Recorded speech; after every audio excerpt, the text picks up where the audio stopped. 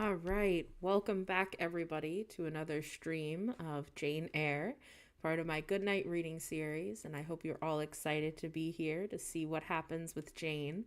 So last time we were here, we found out that Jane's aunt, Mrs. Reed, passed away, and that Jane has family in Jamaica, and she goes back to Thornfield Hall, and she's really sad because she knows that she's going to have to leave soon because it's rumored that Mr. Rochester is going to get married. And so eventually she confronts Mr. Rochester and she's like, I know I have to leave soon and I have to take up a position. And, it's really strange the way he kind of goes about this. So he's like, oh, yeah, you'll go to Ireland and you'll go to this place and that's where your new position will be when I get married. And she's like, oh, that'll be great. And then he says, Jane, I don't want you to go to Ireland. I don't want you to leave. I don't want you to find a new place to live. You are like myself. You are my other half. You're the one I love. And he basically says to her, I want to get married to you. I want you to be with me. And of course, Jane's response is like, are you playing with me? I'm just a governess. I'm not somebody of any repute. I'm not an aristocrat. I don't have money, at least that she knows of. And he says, Jane, you're everything I've always wanted to revitalize my life, to bring me back to where I need to be. And so they have this kind of intense moment of sharing their love for each other and their fondness. So eventually Jane agrees to marry Mr. Rochester, which is a little wild if you think about it, because he doesn't really flat out say it. He just says, I want you to marry me. And he kind of goes like roundabout ways about how she's like his redemption and all these things. And it's a little much. So I'm surprised that she said yes. So that's kind of where we are right now. And we're going to see how things go and see them get married, I assume. So with that being said, let's pick up where we left off.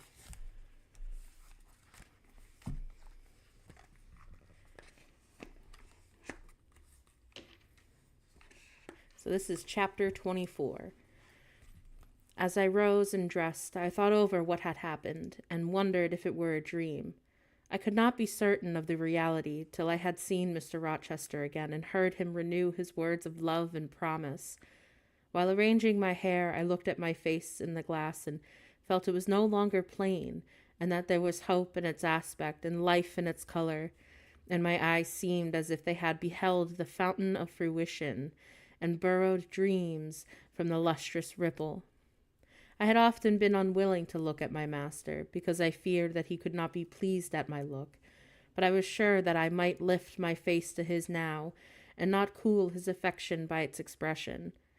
I took a plain but clean and light summer dress from my drawer, and put it on. It seemed no attire had ever been so well becoming of me, because none had I ever worn in its so blissful of a mood. I was not surprised when I ran down into the hall to see that a brilliant June morning had succeeded to the tempest of the night, and to feel through the open glass door the breathing of a fresh and fragrant breeze. Nature must be gladsome when I was so happy. A beggar woman and her little boy, pale, ragged objects both, were coming up the walk, and I ran down and gave them all the money that I happened to have in my purse, some 3 or 4 shillings. Good or bad, they must partake of my jubilee. The rooks cawed, and the blither birds sang, but nothing was so merry or so musical as my own rejoicing heart. Mrs. Fairfax surprised me by looking out of the window, and with a sad countenance it seemed that she said, Miss Eyre, will you come to breakfast? And during the meal she was quiet and cool, but I could not undeceive her then. I must wait for my master to give explanations, and so must she. I ate what I could, and then I hastened upstairs. I met Adele leaving the schoolroom. Where are you going? It is time for lessons. Mr. Rochester has sent me away to the nursery. Where is he? In there, pointing to the apartment that she had left, and I went in, and there he stood. Come, and bid me good morning, he said, and I gladly advanced, and it was not merely a cold word now, or even a shake of hand that I received, but an embrace and a kiss. It seemed natural. It seemed genial to be so well loved, to be so caressed by him. "Jane, you look blooming and smiling and pretty," said he. "Truly pretty this morning. Is this my pale little elf? Is this my mustard seed? This sunny little faced girl with the dimpled cheek and rosy lips? Ah, the satin smooth hazel hair and the radiant hazel eyes." "It is Jane, sir." "Soon to be Jane Rochester," he added. "In 4 weeks' time, Jane, not a day more. Do you hear that?" I did, and I could not quite comprehend it. It made me giddy, the feeling the announcement sent through me. It was something stronger than was consistent with joy, something that smote and stunned, and it was, I think, almost fear. "You blushed, and now you are white, Jane. What is that for?" "Because you gave me a new name, Mr. Rochester. You said Jane Rochester, and it seems so strange." "Yes, Mrs. Rochester," said he. "Young Mrs. Rochester, Fairfax, Rochester's girl bride." "It can never be, sir. It does not sound likely. Human beings never enjoy complete happiness in this world, and I was not born for a different destiny to rest of my species. To imagine such a lot befalling me is a fairy tale, a daydream." "Which I can and I will realize. I shall begin today, and this morning I wrote to my banker in London to send me certain jewels, and he has said in his keeping that the heirlooms for ladies of Thornfield. In a day or two I hope to pour them into your lap, and for every privilege and every attention shall be yours that I would accord a peer's daughter, and if about to marry her." "Oh, sir, never rain jewels. I don't like to hear them spoken of. Jewels for Jane Eyre sounds unnatural and strange. I would rather not have them." "Ah, I myself will put the diamond chain around your neck and the circlet on your forehead. It will become, for nature at least has stamped her patent of nobility on this brow, Jane, and I will clasp the bracelets on these fine wrists and load these fairy-like fingers with rings." "No, sir. Think of other subjects and speak of other things.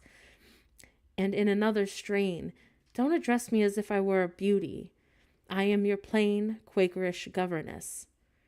"Ah, but you are a beauty in my eyes, and a beauty just after the desire of my heart, delicate and aerial."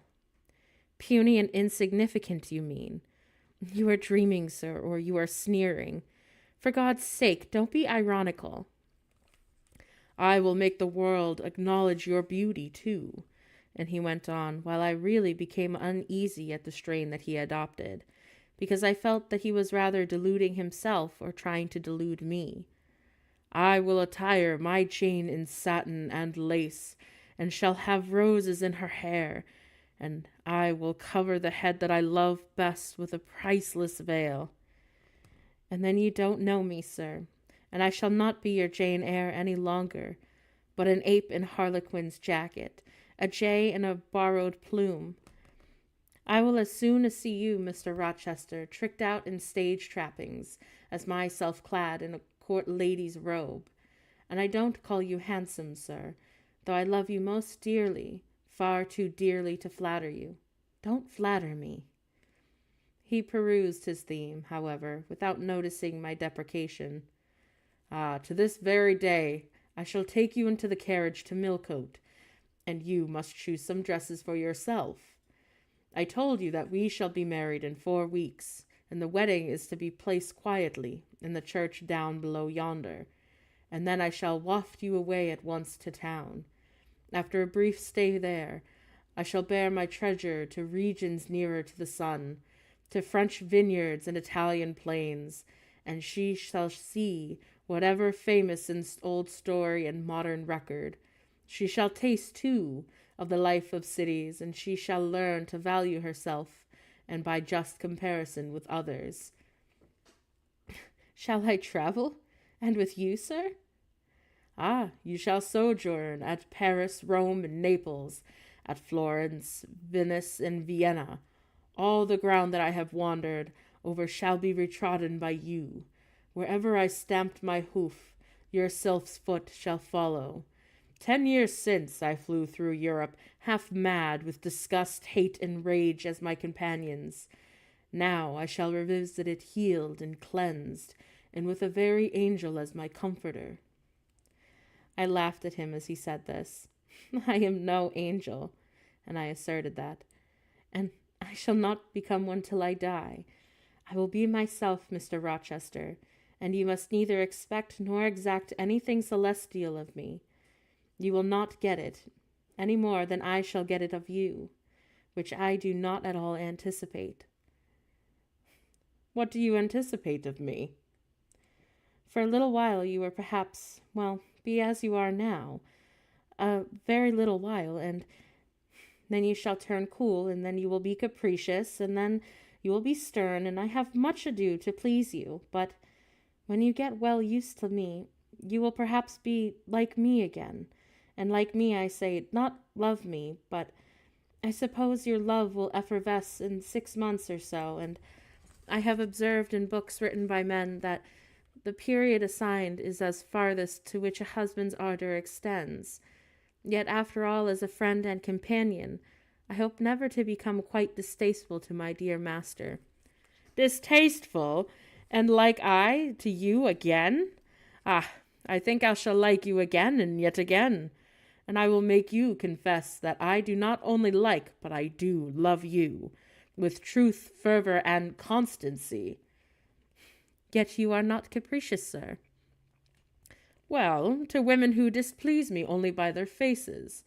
I am the very devil when I find out that they have neither souls nor hearts, when they open to me the perspective of flatness, triviality, and perhaps imbecility, coarseness, and ill temper.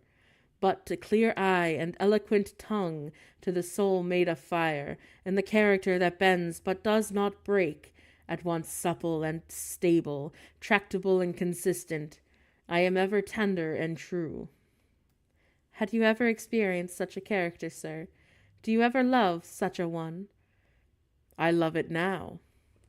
But before me, if I indeed in any respect come up to your difficult standard. I never met your likeness, Jane, and you must please excuse me, and you, master me. You seem to submit, and I like the sense of pliancy that you impart, and while I am twinning the soft silken skein around my finger, it sends a thrill up my arm and to my heart. I am influenced, I am conquered, and the influence is sweeter than I can express, and the conquest that I undergo has a witchery beyond any triumph that I can win. Why do you smile, Jane? What does that inexplicable and uncanny turn of countenance mean? Well, I was thinking, sir. Well, if you excuse this idea, it is an involuntary thought. I was thinking of Hercules and Samson with their charmers. Ah, you were, you little elf! Hush, sir! You don't talk very wisely just now, and any more than those gentlemen acted very wisely. However, had they been married, they would no doubt by their severity as husbands have made up for their softness as suitors, and so will you, I fear. I wonder how you will answer me in a year hence, should I ask a favor it does not suit your convenience or pleasure to grant. Ask me something now, Jane, the least thing. Please, I desire to be entreated. Indeed, I will, sir. I have my petition all ready. Well, speak. If you do not look up and smile that countenance, I shall swear concession before I know what to do, and that will make a fool of me. Not at all, sir. I ask only this. Don't send for the jewels, and don't crown me with roses. You might as well put a border of gold lace around that plain pocket handkerchief that you have there. I might as well gild a refined gold. I know it. Your request is granted, then, for the time. I will remand the order that I dispatched to my banker, but you have not yet asked for anything. You have prayed a gift to be withdrawn, yet try again. Well then, sir, have the goodness to gratify my curiosity, which is much piqued on one point." He looked disturbed. "What? What?" he said hastily. "Curiosity is a dangerous petition. It is well that I have not taken a vow to accord every request." "But there can be no danger in complying with this, sir." "Utter it, Jane. But I wish that instead of a mere inquiry into perhaps a secret, that it was a wish for half of my estate." "Now, King Asarus, what do I want with half of your estate? Do you think that I'm a jeweler, sir, seeking good investment in land? I would much rather have all your confidence. You will not exclude from me your confidence, and if you admit me to your heart—" "You are welcome to all my confidence that is worth having, Jane. But for God's sake, don't desire a useless burden. Don't long for poison. Don't turn a downright Eve on my hands." "Why not, sir? You have just been telling me how much you like to be conquered, and how pleasant over-persuasion is to you. Don't you think that I had better take advantage of the confession, and begin and coax and entreat, even cry and be sulky if necessary, for the sake of a mere essay is my power? I dare you to any such experiment. Encroach, presume, and the game is up." "Is it, sir? You soon give in. How stern you look now. Your eyebrows have become as thick as my finger, and your forehead resembles what, in some very astonishing poetry that I had once styled, a blue-piled thunder-loft. That will be your married look, sir, I suppose." "If that will be your married look, then I, as a Christian, will soon give up the notion of consorting with a mere sprite or salamander. But what had you to ask a thing? Out with it." "There you are, less than civil now, and I like rudeness a great deal better than flattery. I had rather be a thing than an angel. This is what I have to ask. Why did you take such pains to make me believe you wished to marry Miss Ingram?" "Is that all? Oh, thank gods, it is no worse." And now he unknit his black brows, looked down smiling at me, and stroked my hair, as if well pleased at seeing a danger averted. "I think I shall confess," he continued, "even though I should make you a little indignant, Jane. I have seen what a fire spirit that you can be when you are indignant. You glowed in the cool moonlight last night, and when you mutinied against fate and claimed your rank as my equal. Ah, Jane, by the by, it is you who made the offer." "Of course I did. But to the point, if you please, sir. Miss Ingram—" "Well, I feigned courtship of Miss Ingram because I wished to render you madly in love with me as I was with you, and I knew jealousy would be the best ally that I could call for the furtherance of that end." "Excellent. Now you are small, and not one big whit bigger than the end of my little finger. It was a burning shame and a scandalous disgrace to act that way. Did you think nothing of Miss Ingram's feelings, sir?" "Ha, ha! Her feelings are concentrated in one, pride, and that needs humbling. Were you jealous, Jane?" "Never mind, Mr. Rochester. It is in no way interesting to you to know that. Answer me truly once more. Do you think Miss Ingram will not suffer from your dishonest coquetry? Won't she feel forsaken and deserted?" "Impossible! When I told you how she, on the contrary, deserted me, the idea of my insolvency cooled, or rather extinguished her flame in a moment." "You have a curious, designing mind, Mr. Rochester. I am afraid your principles on some points are eccentric." "My principles were never trained, Jane. They may have grown a little awry for want of attention." "Once again, seriously, may I enjoy the great mood that has been vouchsafed to me, without fearing that anyone else is suffering the bitter pain that I myself felt a while ago?" "That you may, my good little girl. There is not another being in the world that has the same pure love for me as yourself. for I lay that pleasant unction to my soul, Jane, a belief in your affection. I turned my lips to the hand that lay on my shoulder. I loved him very much, more than I could trust myself to say, more than words had power to express. Ask something more, he said presently. It is my delight to be entreated and to yield. I was again ready with my request. Well, then communicate your attentions to Mrs. Fairfax, sir. She saw me with you last night, and in the hall, and she was gravely shocked. Give her some explanation before I see her again. It pains me to be misjudged by so good a woman. Well, go to your room, then, and put on your bonnet, he replied. I mean to accompany you to Millcote this morning, and while you prepare for the drive, I will enlighten the lady's understanding. Did she think, Jane, that you had given the world for love and considered it well lost? I believe, sir, that she thought that I had forgotten my station and you as well. Ah, station, station. Your station is in my heart, and on the necks of those who would insult you, now or hereafter. Go. I was soon dressed, and when I heard Mr. Rochester quit Mrs. Fairfax's parlor, I hurried down to it. The old lady had been reading her early morning portion of Scripture. The lesson for the day, her Bible lay open before her, and her spectacles were upon it. Her occupation, suspended by Mr. Rochester's announcement, seemed forgotten now. Her eyes fixed on the blank wall opposite, and expressed the surprise of a quiet mind stirred by unwonted tidings. Seeing me, she roused herself, and she made a short effort to smile, and framed a few words of congratulation.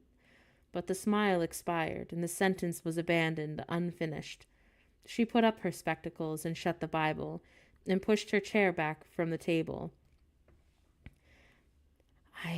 I feel so astonished, she began. I hardly know what to say to you, Miss Eyre. I have surely been not dreaming, have I? Sometimes I half fall asleep, and I'm sitting alone and fancy things that have never happened. It has seemed to me more than once that I have been in a doze, and that my dear husband, who died 15 years since, has come in and sat down beside me, and that I have even heard him call me by my name, Alice, as he used to. Now, that you can tell me whether it is actually true that Mr. Rochester has asked you to marry him. Don't laugh at me, but I really thought that he came here 5 minutes ago and said that in a month you would be his wife. He has said the same thing to me, I replied. He has? Do you believe him? Have you accepted him? Yes. She looked at me bewildered. I could never have thought it. He is a proud man. All the Rochesters were proud, and his father at least liked money, and he too had always been called careful. He means to marry you. He tells me so. She surveyed my whole person. In her eyes I read that they were found with no charm powerful enough to solve the enigma. It passes me, she continued, but no doubt it is truth since you say so. How it will answer I cannot tell. I really don't know. Equality of position and fortune is often advisable in such cases, and there are 20 years of difference in your ages. He might almost be your father. No, indeed, Mrs. Fairfax, I exclaimed, slightly nettled. He is nothing like my father. No one who saw us together would suppose it for an instant. Mr. Rochester looks as young, and is as young as some men at 5 and 20. Is it really for love you're going to marry him? She asked. I was so hurt by her coldness and skepticism that the tears rose to my eye. I'm sorry to grieve you, pursued the widow, but you are so young and so little acquainted with men. I wish to put you on your guard. It is an old saying that all that is not gold is glitters.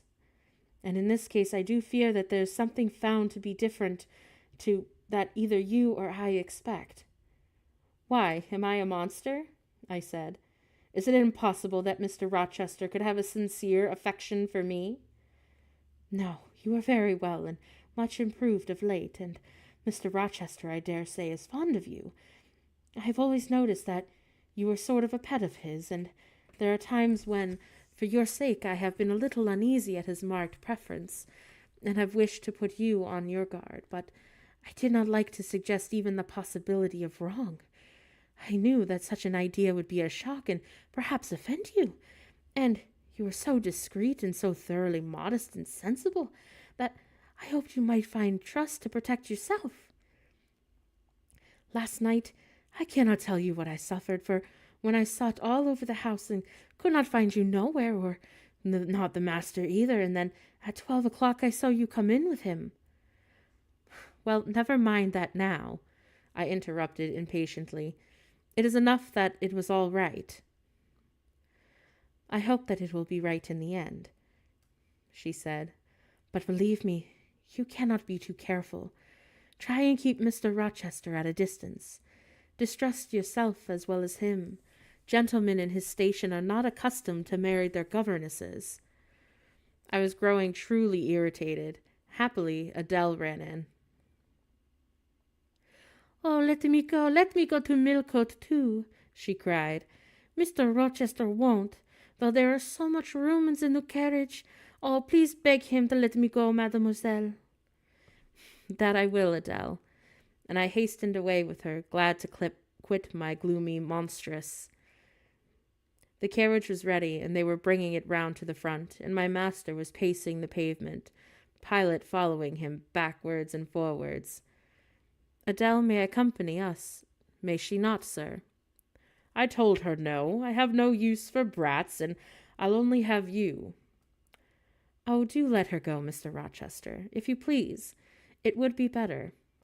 Not it. She will be a restraint. He was quite peremptory, both in look and voice. The chill of Mrs. Fairfax's warnings and the damp of her doubts were upon me. Something of substantiality and uncertainty had beset my hopes. I half lost the sense of power over him. I was about mechanically to obey him without further remonstrance, but as he helped me into the carriage, he looked at my face. "What is the matter?" he asked. "All the sunshine is gone. Do you really wish the bairn to go? Will it annoy you if she is left behind?" "I would far rather that she went, sir." Then off for your bonnet and be back like a flash of lightning," he cried to Adele. She obeyed him with what speed she might. "After all, a single morning's interruption will not matter much," he said, "when I meant shortly to claim you, your thoughts, conversation, and company for life." Adele, when lifted in, commenced kissing me, by way of expressing her gratitude for my intercession. She was instantly stowed away into the corner on the side of him. She then peeped round to where I sat. So stern a neighbor was too restrictive to him, but in his present fractious mood, she dared to whisper no observations nor ask him of any information. "Let her come to me," I entreated. "She will perhaps trouble you, sir, and there is plenty of room on my side." He handed her over as if she had been a lapdog. "I'll send her to school yet," he said, but he was now smiling. Adele heard him and asked if she was to go to school. "Sans mademoiselle?" "Yes," he replied, "absolutely sans mademoiselle, for I am to take mademoiselle to the moon, and there I shall seek a cave in one of white valleys among the volcano tops, and mademoiselle shall live with me there, and only me." "Oh, she will have nothing to eat, and you will starve her," observed Adele. "I shall gather manna for her in the morning and the night. The plains and hillsides and the moon are bleached with manna, Adele." "She will want to warm herself. Oh, what will she do for a fire?" "Ah, well, the fire rises out of the lunar mountains, and when she is cold I will carry her up to a peak and lay her down at the edge of a crater." "Oh, que monsieur mal peu comfortable, and her clothes, they will wear out. How can she get new ones?" Mr. Rochester professed to be puzzled. He said. What would you do, Adele? Cudgel your brains for an expedient?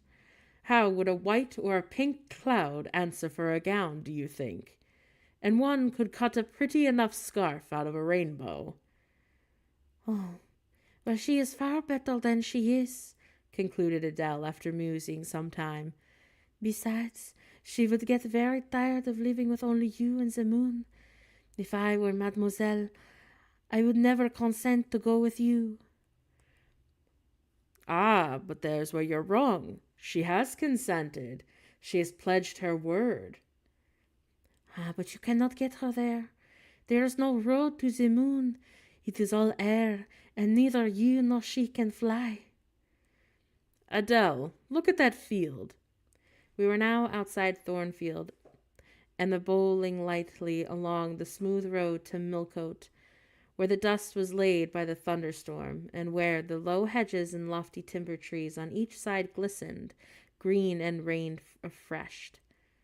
In that field, Adele, I was walking late one evening, about a fortnight since, the evening of the day that you helped me to make hay in the orchard meadows, and as I was tired with raking swaths, I sat down to rest on a stile, and there I took out a little book and a pencil, and began to write about a misfortune that befell me long ago, and how I wished for happy days to come. I was writing away very fast, though the daylight was fading from the leaf, and when something came up the path and stopped 2 yards from me, I looked at it, and it was a little thing with a veil of gossamer on its head. I beckoned it to come near me. It stood soon at my knee. I never spoke to it, and it never spoke to me, and in words, but I read its eyes, and it read mine, and our speechless colloquy was to this effect. It was a fairy, and come from Elfland, it is said, and its errand was to make me happy. I must go with it out of the common world to a lonely place such as the moon. For instance, it nodded its head towards her horn, and rising over the hay-hill, it told me of the alabaster cave and the silver vale where we might live. I said that I should like to go, but reminded it, as you did me, that I had no wings to fly. And then the fairy responded to me that it does not signify, and then gave me a talisman to remove all difficulties. And then she gave me a gold ring, and told me to put forth it on a ring of my hand, and said that I would be theirs, and that we shall leave earth and make our own heaven yonder. And of course the elf then nodded again at the moon.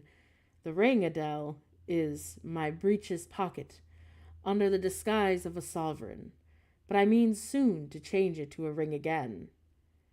But what has mademoiselle to do with it? I don't care for the fairy. You said it was mademoiselle that you would take to the moon. Ah, but you see, mademoiselle is a fairy, he said mysteriously, whereupon I told her not to mind his bandage, and that she, on her part, evinced a fund of genuine French skepticism, denominating Mr. Rochester as an un vrai menteur, and assuring him that she made no account whatever his Comtesse des Filles, and that du reste il ne va pas de fils et quand même il y en avait. And she was sure that they would never appear to him, nor ever give him rings or offer to live with him in the moon. The hour spent at Millcote was a somewhat harassing one to me. Mr. Rochester obliged me to go to a certain silk warehouse. There I was ordered to choose 6 dresses. I hated the business. I begged to leave to differ, and no, it should not be gone through with now. By dint of entreaties and expressed in an energetic whisper, I was reduced to the 6 to 2, and these, however, he vowed he would select himself.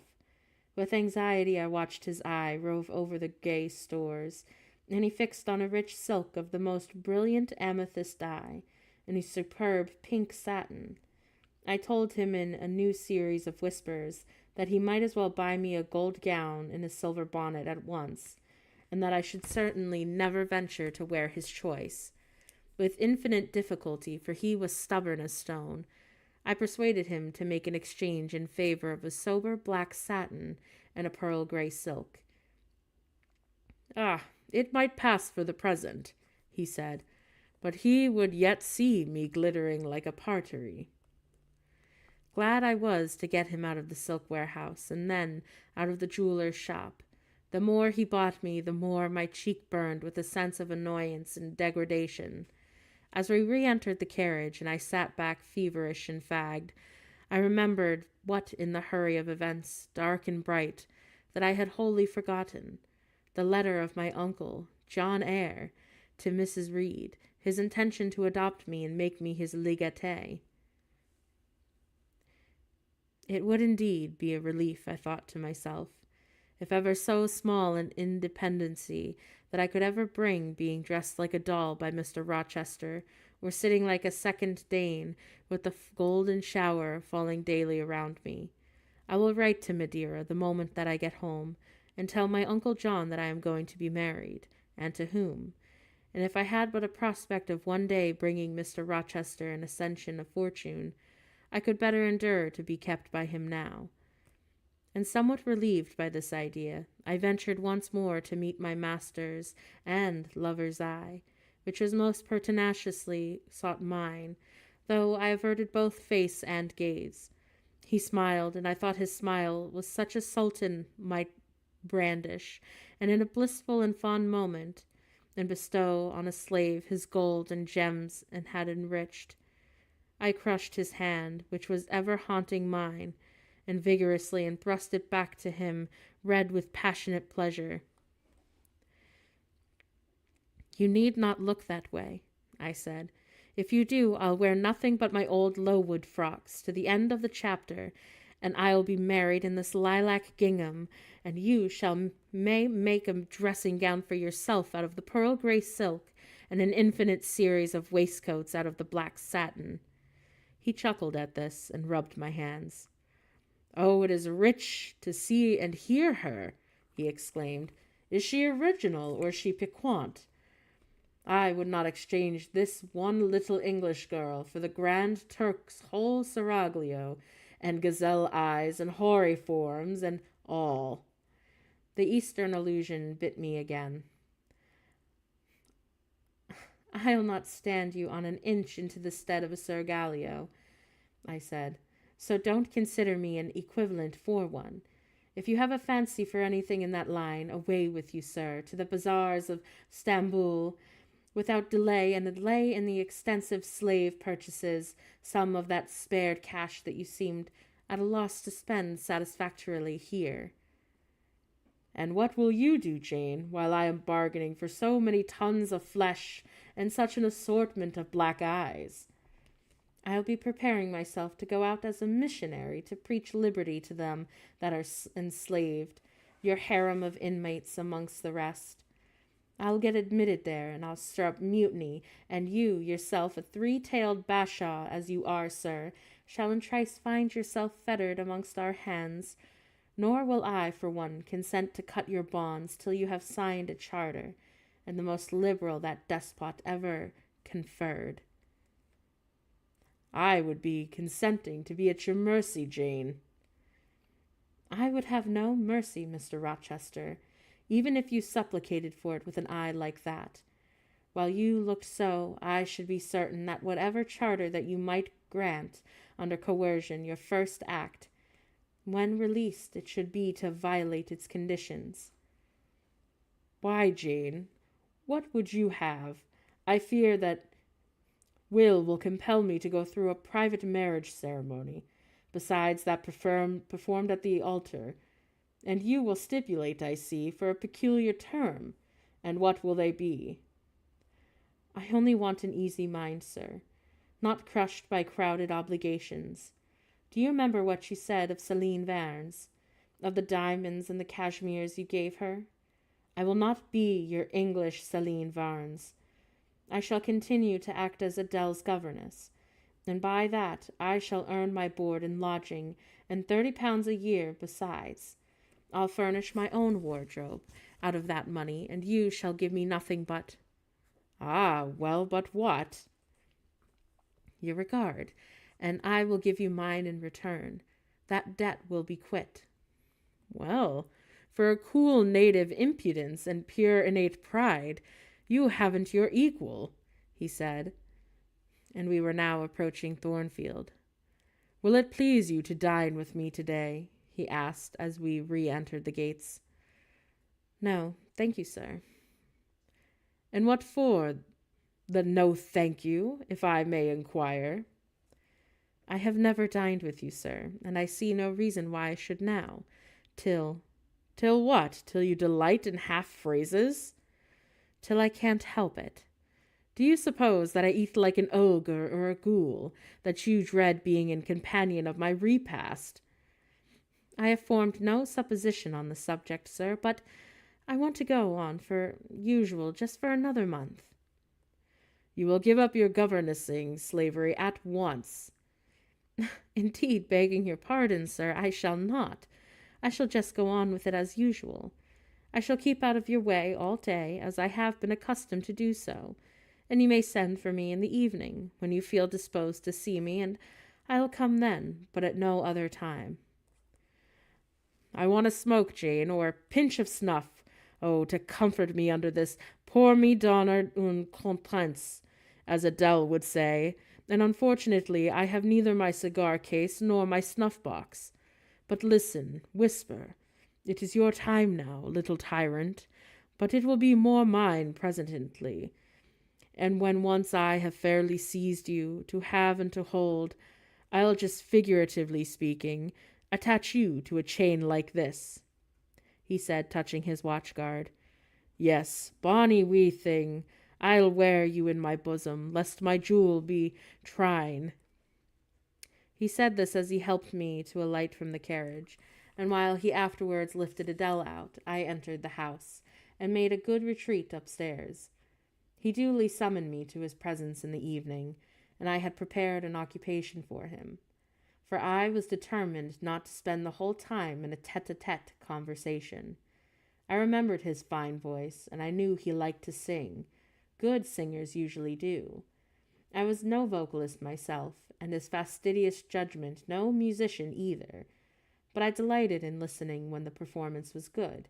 No sooner had twilight, that hour of romance, began to lower her blue and starry banner over the lattice, than I rose and opened the piano and entreated him, for the love of heaven, to sing me a song.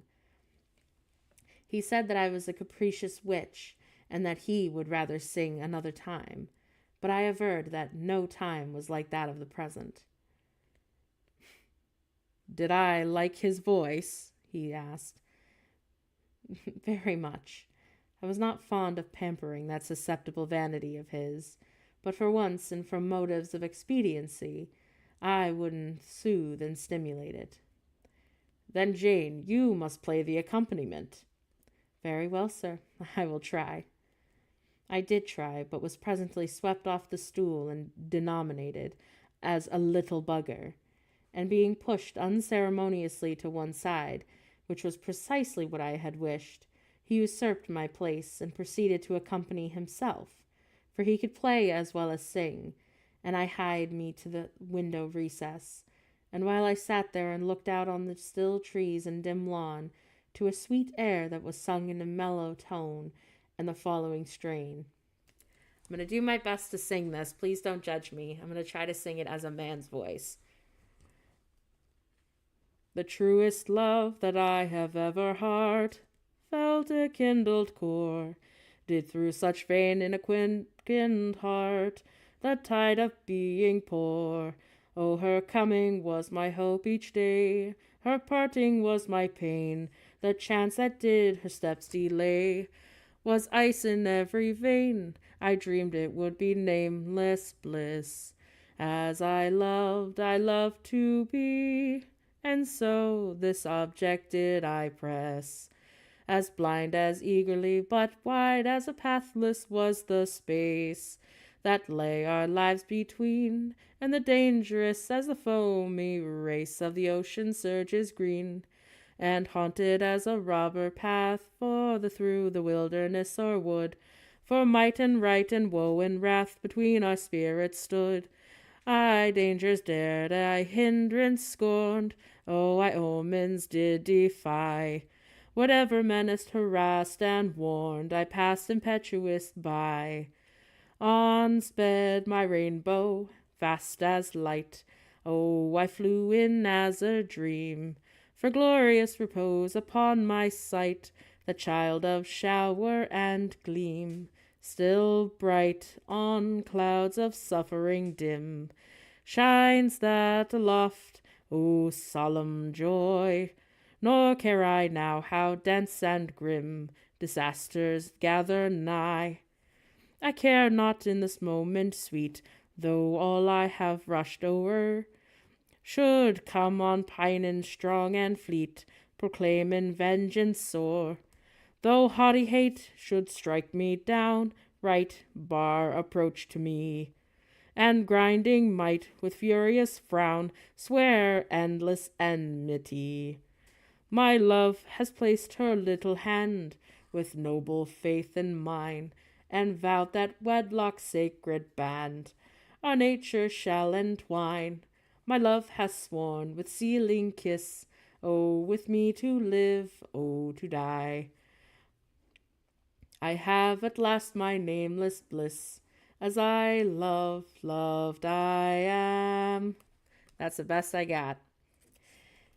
He rose and came towards me, and I saw his face all kindled, and his full falcon eye flashing, and tenderness and passion in every lineament. I quailed momentarily, and then I rallied. Soft scene, daring demonstration, I would not have, and I stood in a peril of both. A weapon of defense must be prepared. I wetted my tongue, and as he reached me, I asked with asperity, whom was he going to marry now? Ah, that is a strange question to be put by his darling Jane. Indeed, I considered it a very natural and necessary one. It is he that had talked of his future wife dying with him. What did he mean by such a pagan idea? I had no intention of dying with him. He might depend on that. Oh, oh, oh, oh. All he longed and all he prayed for was what I might live with him. Death was not for such as I. Indeed it was. I had as good a right to die when my time came as he had, but I should bide that time and not be hurried away in such a suttee. Would I forgive him for the selfish idea, and prove my pardon by reconciling kiss? No, I would rather be excused. Here I heard myself apostrophized as a harsh little thing, and it was added that any other woman would have been melted to the marrow at hearing such a stanza crooned in her praise. I assured him that I was naturally hard, very flinty, and that he would often find me so, and that, moreover, I was determined to show him that the divers rugged points in my characters before the ensuing 4 weeks elapsed. He should know fully what sort of a bargain that he had made, while there was yet time to rescind it. Would I be quiet and talk rationally? I would be quiet if he liked it, and as to talking rationally, I flattered myself by doing that now. He fretted and pished and poshed. Very good, I thought to myself. You may fume and fidget as you please, but this is the best plan to pursue you with, I am certain. I like that you more than I can say, but I'll soon not sink into the bathos of sentiment, and with this needle of repartee, I'll keep you from the edge of the gulf, and moreover maintain by its pungent aid that the distance between you and myself is most conducive to our real mutual advantage. From less to more, I worked up to him as a considerable irritation. Then, after he retired, I got up and then said, I wish you good night, sir. And in my natural and wonted respectful manner, I slipped out by the side door and got away. The system thus entered on, I pursued during the whole season of probation, and with the best success he was kept, to be sure, rather cross and crusty, but on the whole I could see that he was excellently entertained, and that a lamb-like submission and a turtle-dove sensibility, while fostering his despotism more, would have pleased his judgment and satisfied his common sense, and even suited his taste less. And in the other people's presence I was formally deferential and quiet, and any other line of conduct being uncalled for, it was only in the evening conferences that I thus thwarted and afflicted him. He continued to send for me punctually the moment the clock struck 7, though when I appeared before him now, he had no such honeyed terms as love and darling on his lips. The best words at my service were provoking puppet, malicious elf, sprite, changeling, and the such. For caresses, too, that I now got grimaces, for a pressure of the hand, a pinch on the arm, for a kiss on the cheek, a severe tweak of the ear. It was all right at present, and I decidedly preferred these fierce favors to anything more tender. Mrs. Fairfax, I saw, approved me. Her anxiety on my account vanished, and therefore I was certain I did will. Meanwhile, Mr. Rochester affirmed that I was wearing him to skin and bone, and threatened awful vengeance for my present conduct at some period fast coming. I laughed into my sleeve at his menaces. I can keep him now in a reasonable check. And then I reflected that I had no doubt been able to do it hereafter. If one expedient loses virtue, another must be devised. Yet after all, my task was not an easy one. After I would often rather have pleased than teased him. My future husband was becoming to me my whole world, and more than the world, almost my hope of heaven. He seemed between me and every thought of religion, and eclipsed intervenes between man and the broad sun. I could not in those days see God for his creature, of whom I had made an idol.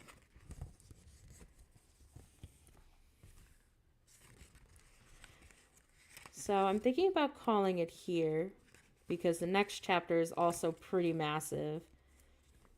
And I feel like the song kind of killed my voice a little bit. That is also not my natural singing voice. I just want you all to know that. I tend to be more of like a alto soprano kind of girl. But I was trying to be more deeper toned like that of a man, since it was Mr. Rochester singing. But with that being said, I'm going to save the next chapter for tomorrow. My voice is feeling a little strained today.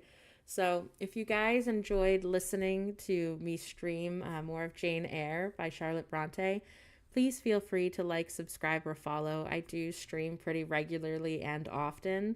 You can find me on YouTube, TikTok, Twitch, or Facebook.